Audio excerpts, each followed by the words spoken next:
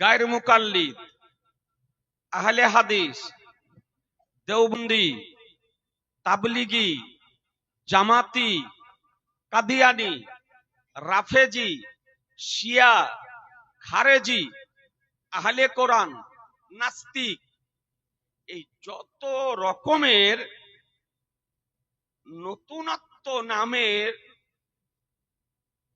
আজকে ইসলামিক পোশাক পরিধান করে আত্মপ্রকাশ করেছে, এই দলগুলির নাম আপনারা শুনলেন এবং তারা বলেছেন এই দলগুলি থেকে দূরে থাকার জন্য। নাকি? একটু কথা বলতে হবে কিন্তু আমার সঙ্গে। বললেন না যে এই দলগুলি থেকে নিজেরা দূরে থাকবেন আর নিজেদের কাছ থেকে তাদেরকে দূরে রাখবেন। এখন প্রশ্ন হলো যে এই দলগুলির অপরাধ কি? এই দলগুলি নিয়ে যাওয়া আমাদের কেন চলবে না? এই দলগুলিকে আমাদের সমর্থন করা কেন যাবে না? এই দলগুলিকে আমাদের প্রশ্রয় কেন দেওয়া যাবে না? এই দলগুলির সঙ্গে আমাদের আত্মীয়তা করা কেন যাবে না? কারণটা কি জানার দরকার আছে না নাই? জি আছে না? আজি জানে মোহতারাম, অন্য কোন কথা আলোচনা না করে সরাসরি আমার আলোচ্য বিষয়ে আমি যেতেছি যে এই দলগুলি নিয়ে যাওয়া কেন চলবে না, এই দলগুলিকে প্রশ্রয় দেওয়া কেন যাবে না, এই দলগুলির সঙ্গে আত্মীয়তা করা কেন যাবে না, তার এই বিষয়ে সর্বপ্রথম একটি আপনাকে কিতাব দেখায়, যে কিতাবটির নাম তাকবিয়াতুল ঈমান।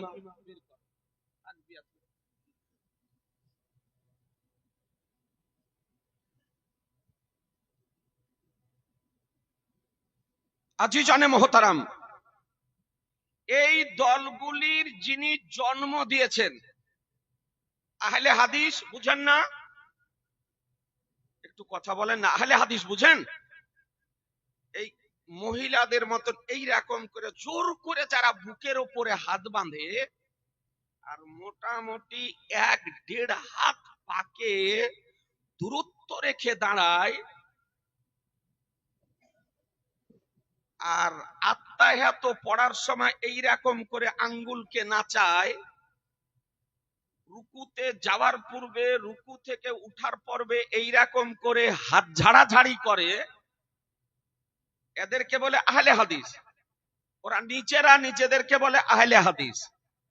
তো এই দলের জন্মদাতা, দেওবন্দি দলের জন্মদাতা, এই ওহাবি দলের জন্মদাতা কি বলেছে দেখুন। এই বইটি দেখতেছেন, এই বইটির নাম হলো তাকবিয়াতুল ঈমান। সাধারণ জনগণ কিন্তু জানে না। এই বইটির লেখক হযরত মাওলানা শাহ ইসমাইল শহীদ, বইটির রাইটার ইসমাইল দেহলভী। এই সমস্ত ভ্রান্ত মতবাদ গুলির জন্মদাতা, এই দলগুলির জন্মদাতা, এই দলগুলির হচ্ছে মূল ব্যক্তি এই ইসমাইল দেহলভী। এই বইটি লেখার পূর্বে অখণ্ড ভারতবর্ষে কোন দল ছিল না। না ওহাবি ছিল, না দেওবন্দি ছিল, না তাবলিগি ছিল, না জামাতি ছিল, না কাদিয়ানি ছিল, না কোন আহলে হাদিস ছিল। এই দেশ ছিল সুন্নি হানাফিদের দেশ। কাদের দেশ? জোরে বলতে হবে, কাদের দেশ? সুন্নি হানাফিদের দেশ। এই ব্যক্তি এই বইটি লেখার পর এই দলগুলির জন্ম দিয়েছে। বইটিতে কি লিখেছে খুব ছোট্ট করে ভুলে ভরা ঘৃণিত বাক্যে পরিপূর্ণ কিতাব। যদি এর ঘৃণিত সেন্টেন্সগুলি, বাক্যগুলি পড়ে পড়ে যদি আপনাকে শোনায় তো কমপক্ষে 3 ঘন্টা সময় লাগবে। নমুনা স্বরূপ একটি বিষয় আপনাকে দেখায়, সে কি লিখেছে। আজিজানে মোহতারাম, এই বইটির 23 পৃষ্ঠা দেখুন, 23 পৃষ্ঠা। কেউ যদি পড়তে জানে তো ওকে এখানে নিয়ে আসেন, ওকে পড়ে শোনাচ্ছি। আজিজানে মোহতারাম 23 পৃষ্ঠাতে কি লিখতেছে। यकीन मानो कि हर शख्स खा वो बड़े से बड़ा इंसान हो या मुकर्रब तरीन फरिश्ता, उसकी हैसियत शाने उलूहियत के मुकाबले पर एक चमार की हैसियत से भी ज्यादा जलील है। नाउजुबिल्लाह बोले, জোরে বলে না, ভালো করে শোনেন। এই জন্য সম্মেলন করার দরকার হচ্ছে, এই জন্য ওলামাদেরকে পরিশ্রম করতে হচ্ছে।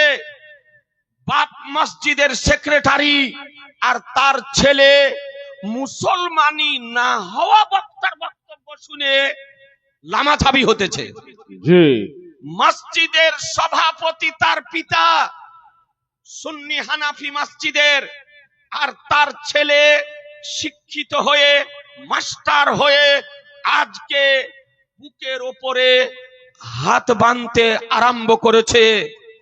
এই রকম বিভিন্ন গ্রামে এই সমস্যা দেখা দেওয়ার কারণে আজকে এই রকম সম্মেলন করার প্রয়োজনীয়তা দেখা দিয়েছে। মুসলমান লিখতেছে কি, বাংলা অনুবাদ, যে বিশ্বাস করো প্রত্যেক ব্যক্তি সে বড় থেকে বড় যদি হয়। আচ্ছা বলেন তো, মানুষের মধ্যে সব থেকে বড় কে? আমাদের নবী। মানুষের মধ্যে সব থেকে বড় কে? একটু জোরে কথা বলেন না, একটু আওয়াজ দিয়ে বলতে হবে। এই জন্য আওয়াজ দিতে হবে যেন আপনাদের ব্রেনের শেপ হয়ে যায়। তো বলছে বড় থেকে বড় ব্যক্তি অথবা সম্মানিত ফেরেশতা। তো আমরা জানি সৃষ্টি জগতের মধ্যে সব থেকে বড় হলেন আমাদের নবী। তারপরে বলছে সম্মানিত ফেরেশতা, তার হাইসিয়াত আল্লাহর শানের নিকটে একজন চামার অপেক্ষা নিকৃষ্ট। জোরে বলেন নাউজুবিল্লাহ, জোরে বলতে হবে। তো আহলে হাদিস, লামাযহাবী, যারা মাযহাব অমান্যকারী, দেওবন্দি, তাবলিগি, জামাতি, দের গুরু জন্মদাতা, সে বলেছে যে আল্লাহর নিকটে নাভি চামার মুচি অপেক্ষা নিকৃষ্ট। বলুন মুসলমান, ইমানের সঙ্গে আপনার কলিজাতে হাত রেখে যদি কোন ব্যক্তি আমার নাভিকে চামার অপেক্ষা মুচি অপেক্ষা নিকৃষ্ট যদি বলে, তার ইমান থাকবে? জোরে বলতে হবে না, ইমান থাকবে? ইমান থাকবে না। ইমান কি হবে? নষ্ট হয়ে যাবে।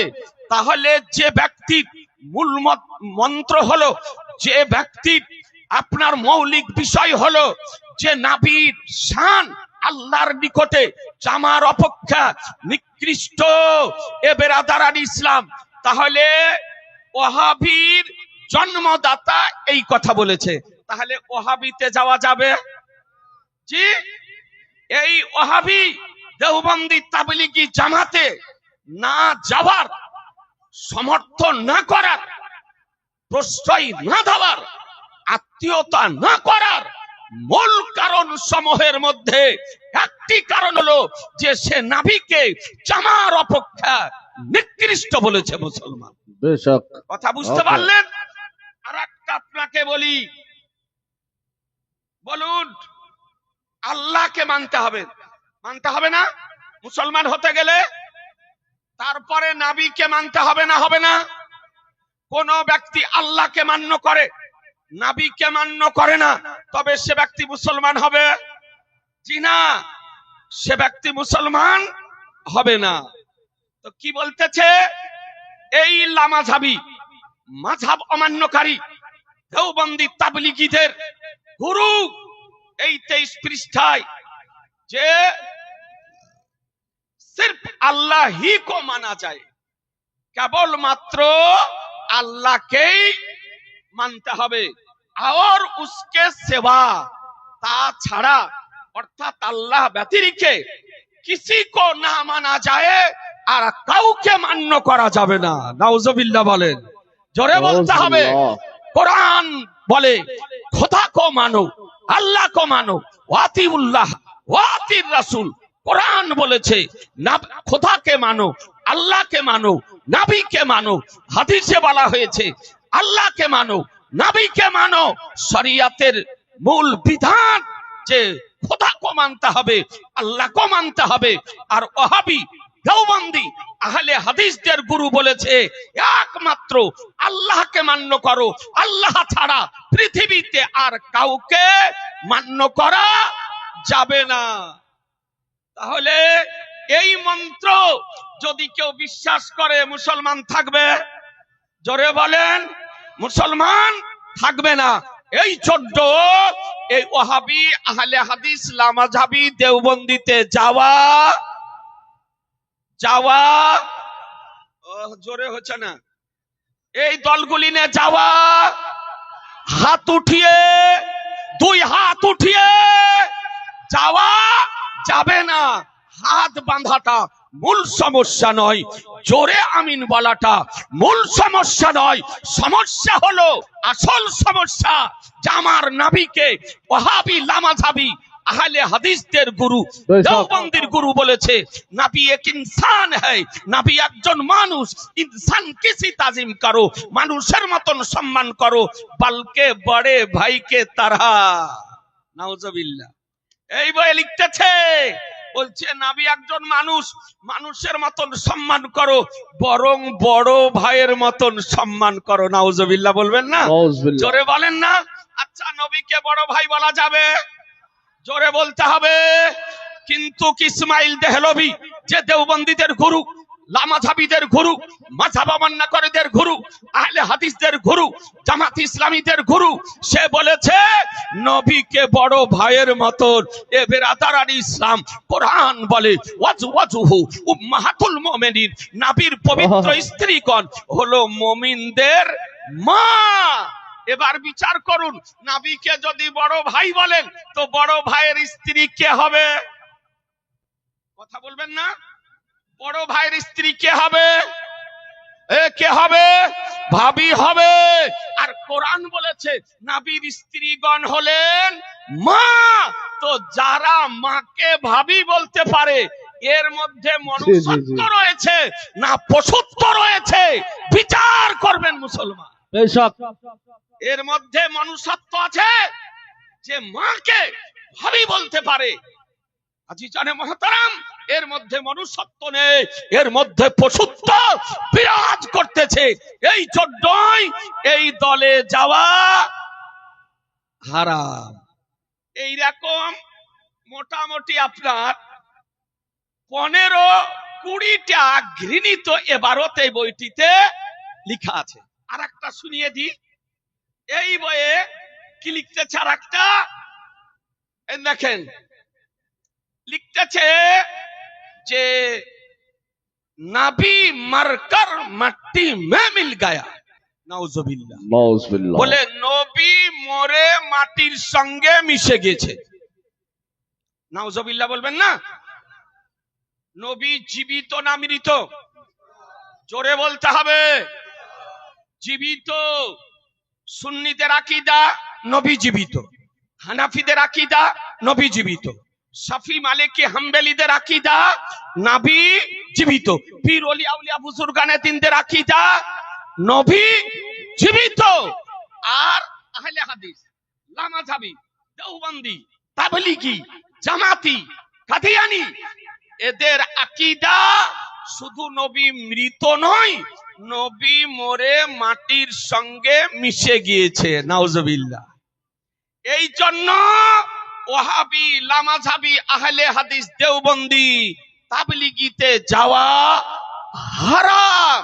আজিজানে মোহতারাম, এই বইটি কেন লিখেছে, এই বইটিও কেন লিখেছে আপনার দেখাই।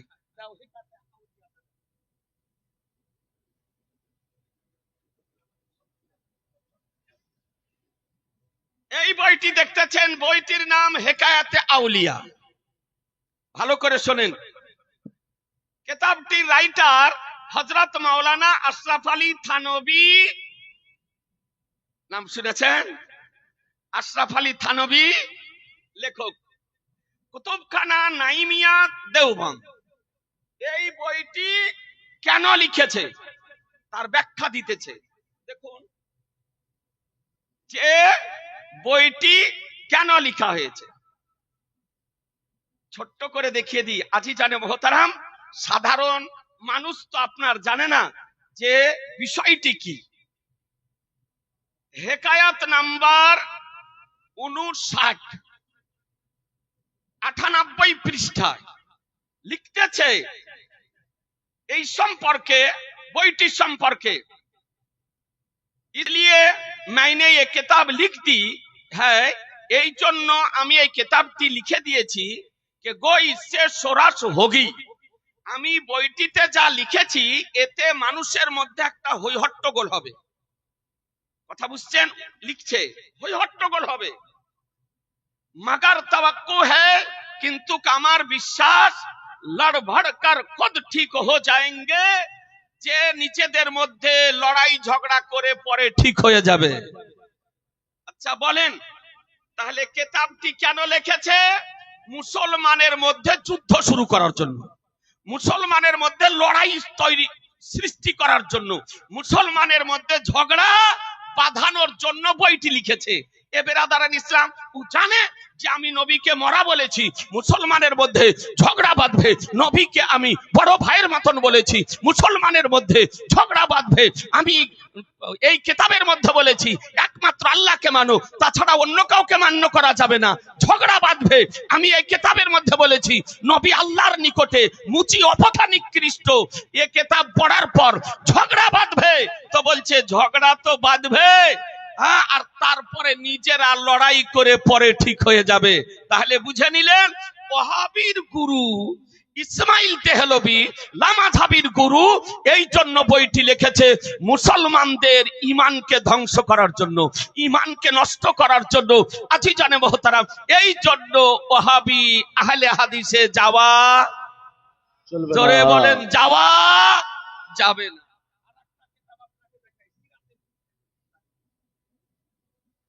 এই মিয়াজির আর একটি কিতাব, এই মুল্লার, এই যে মুল্লার কথা বললাম, এই মুল্লা একটা বই লিখেছে, তারপরে দ্বিতীয় বই। এ বেরাদারান ইসলাম, এই বইটির নাম সিরাতে মুস্তাকিম। সিরাতে মুস্তাকিম, এই কিতাবে কি লিখতেছে দেখুন, 167 পৃষ্ঠায়, 167 পৃষ্ঠায় লিখতেছে এত ঘৃণিত কথা লিখেছে। আজিজানে মোহতারাম, যা আপনাদের আমাদের কারো রক্ত যদি আপনার ঠান্ডা যদি থাকে তো কথা শুনে গরম হয়ে যাবে। ঠিক কি লিখেছে দেখুন, 167 পেজে। এই লামাযহাবি আহলে হাদিস দেওবন্দীদের গুরু কি লিখতেছে, जना के वसवासे से अपने बीवी की मुजामियात का ख्याल बेहतर है। বলছে জেনার যদি কারো অসওয়াসা যদি আসে, তার চাইতে বিবি মিলন হচ্ছে ভালো। और शेख या उसी जैसे और बुजुर्गों की तरफ खा जनाबे रिसालते माँ भी ही हूँ, अपने हिम्मत को लगा देना अपने बैल और गधे की सूरत में मुस्तगरक होने से बुरा है। अर्थात शेख তার পীর হোক, অথবা এইরকমই কোন বুজুর্গ ব্যক্তি হোক, অথবা নবী করিম সাল্লাল্লাহু তাআলা আলাইহি সাল্লাম হোক, নিজের ধ্যান তার দিকে লাগানো, গরু গাধার খেয়ালে নিমগ্ন হওয়া অপেক্ষা খারাপ। মুসলমান কি বলল 167 পেজে আহলে হাদিস দেওবন্দি লামাযহাবী তাবলিগি জামাতের গুরু, যে নবীর ধ্যান, নবীর খেয়াল গরু গাধার খেয়াল অপেক্ষা নিকৃষ্ট। নাউজুবিল্লাহ বলবেন না? জোরে বলুন। বলছে যে আপনার বাড়িতে একটি গাই আছে, 14 কেজি করে দুধ দেয়। এই গায়ের যদি খেয়াল নামাজে যদি আসে কোনো ক্ষতি নেই, কিন্তু নাবির খেয়াল যদি চলে আসে তো বলছে যে নামাজ হবে না, এটা নিকৃষ্ট খেয়াল। বলুন মুসলমান, যদি কেউ বলে গরু গাধার খেয়াল ধ্যান অপেক্ষা নাবির ধ্যান নিকৃষ্ট, তবে নাবির অসম্মান করা হবে না? হবে না? জোরে বলেন, হবে না? হবে না? আর নাবির চুল পরিমাণ যদি তিল পরিমাণ কোন ব্যক্তি অবমাননা যদি করে, অসম্মান যদি করে, তাওহীন যদি করে, তবে মুসলমান থাকবে? মুসলমান থাকবে না। তারে বলুন এ মুসলমান, আমাদের নাবি ধ্যান আসবে না? আসবে না? এ জোরে বলেন, আসবে না? আসবে না? আপনি নামাজ পড়বেন, নাবির স্মরণ আসবে না? আসবে না? বিস্তারিত বলার সময় নেই, কারণ হযরত আপনার উপবিষ্ট রয়েছেন মঞ্চে, টাইম আপন গতিতে চলতেছে। হাদিস শরীফ বলে, নবী আমার বলেন, সাল্লু কামা রাআইতুমুনি উসাল্লি, বলে তোমরা নামাজ পড়ো যেমন ভাবে আমাকে নামাজ পড়তে দেখতেছো। এ বেরাদার, তাহলে হাদিস থেকে বোঝা গেল যে নামাজ কেমন করে পড়বো, নবী যেমন করে পড়েছেন, তাহলে আপনি নবীর মতো করে যখন নামাজ পড়বেন, নবীর স্মরণ আসবে না? আসবে না? জি আসবে না? আসবে না? যে আসবে। কিয়াম যখন করবেন নবীর স্মরণ আসবে, কিরাত যখন করবেন নবীর স্মরণ আসবে, রুকু যখন করবেন নবীর স্মরণ আসবে, তাসবিহ যখন পড়বেন নবীর স্মরণ আসবে, সাজদা যখন করবেন নবীর স্মরণ আসবে, তাসবিহ যখন পড়বেন নবীর স্মরণ আসবে, কায়দা যখন করবেন নবীর স্মরণ আসবে, সালাম যখন ফিরাবেন নবীর স্মরণ আসবেন। এ বেরাদার আর ইসলাম, আত্তাহিয়াত পড়বেন নবীর স্মরণ আসবে। তাহলে বোঝা গেল নবীর স্মরণেরই নাম হলো নামাজ। নারায়ে তাকবীর, নারায়ে তাকবীর, নারে রিসালাত, মাসলাকে আলা হযরত, মুনাজিরে আহলে সুন্নাত। বেশক সুতরাং নামাজ পড়তে গেলে নবীর খেয়াল আসবে, নবীর স্মরণ আসবে। এ বেরাদার আর এই লামাযহাবী আহলে হাদিস দেওবন্দীদের গুরু বলেছে গরু গাধার খেয়াল অপেক্ষা নবীর খেয়াল নিকৃষ্ট। নাউজুবিল্লাহ বলবেন না? নাউজুবিল্লাহ, নাউজুবিল্লাহ। জোরে বলুন। এই জন্য দলগুলিনে যাওয়া, এই জন্য দলগুলিনে যাওয়া যাবে না। এই কিতাবটা দিচ্ছেন, কিতাবটির নাম আল ইমদাদ, খুব পুরাতন কিতাব, আমার তলেবে ইলমের জামানার কিনা। পাতার রংটা দেখেন। জি, এই কিতাবের নাম আল ইমদাদ, 1336 হিজরিতে প্রিন্ট হয়েছে। ব্রাদার, এই কিতাবটির